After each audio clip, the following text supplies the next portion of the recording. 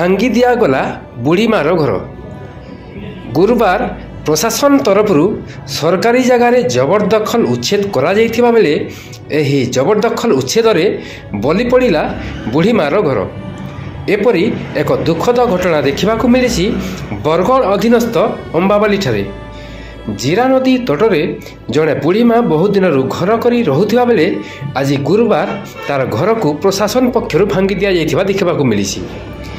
अन्यपटे देखा गले बरगढ़ सहर भिन्न भिन्न स्थान में बहु धनी लोक बंध कोटा रास्ता घाट में जबरदखल कर बड़ बड़ बिल्डिंग मान तैयारी करछंती। हेले प्रशासन से सबको देखिक अणदेखा कर आखि बुझी देइथिबा द्वारा जनसाधारण मन में तीव्र असंतोष देखा जाइछि। आसंतु देखिबा किपरि थिला एही उच्छेद प्रक्रियार दृश्य।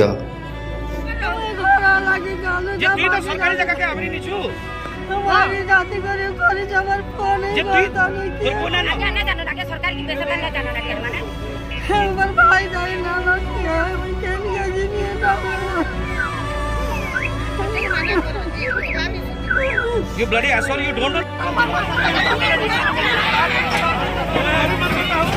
देखो यहां पे जब खेले ना इनो